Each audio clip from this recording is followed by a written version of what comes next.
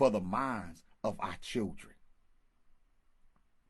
There's still a war going on to help our children, to manipulate our children to determine what's right and what's wrong, to manipulate our children to determine what's acceptable, what's unacceptable.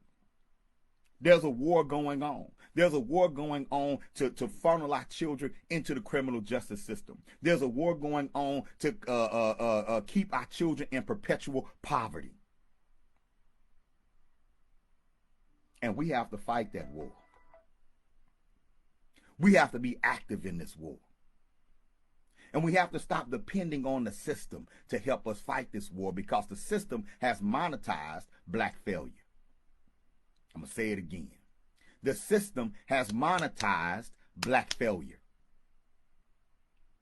The system has set up tracks for our children to be on and to fall into. And it's really based on assumptions that are made about us as a people. See, you don't invest in a person that you don't believe is worthy of investment. You don't invest in a child that you think in its natural state can't learn. In its natural state is inferior, right? You don't invest in children who you believe that the only way to correct them is through punishment, through harsh punishment. So when you look at how the system responds to black children, when you look at how they respond to discipline issues, when you look at how they respond to the so-called achievement gap, they don't really throw a lot of money at the problem, but when they do throw money at the problem, it's usually surface stuff.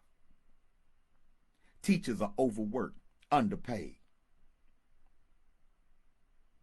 And the things that we know work is one thing that we know. It's one thing that studies show that we know works in helping black children to succeed, that the school system just refuses to accept. And that one thing is culture.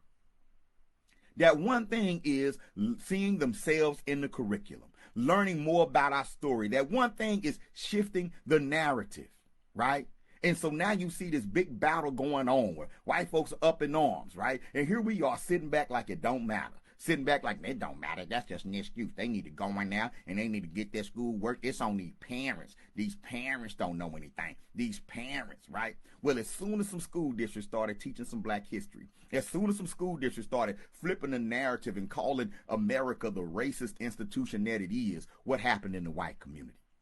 They launched a whole movement fighting what they call critical race theory. They didn't sit back and say, well, they just got to deal with it. Well, our kids just got to deal. No, they got up in arms and said, no, you're not going to change the narrative. This narrative that says that this is the land of the free and the home of the brave, it serves us. The narrative that says our ancestors came over here, they were brave and they fought for freedom and built the greatest nation in the world off of their hard work and ingenuity, that serves us, and you're not going to change it by highlighting the genocide of indigenous people. You're not going to change it by highlighting the enslavement of African people. You're not going to change this narrative, because when you change the narrative, you're going to change the viewpoint of our children. And if you change the viewpoint of our children, they may grow up feeling like they owe somebody. They may grow up feeling like they need to share power.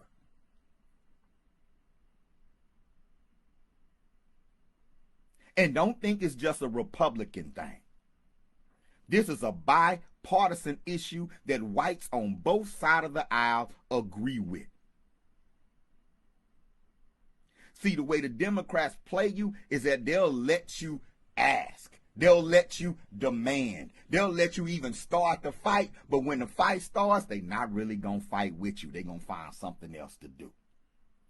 During campaign season, you can say whatever you want to say. Launch whatever type of program you want to launch. When they get in office, they abandon you. You ever heard Joe Biden get up and say, we must teach critical race theory in school? We must teach about... No. Anybody stand up, get to the podium and say, African people, black people deserve to learn who they really are?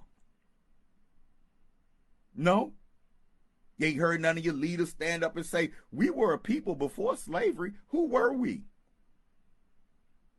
You haven't heard that, right? So this is a bipartisan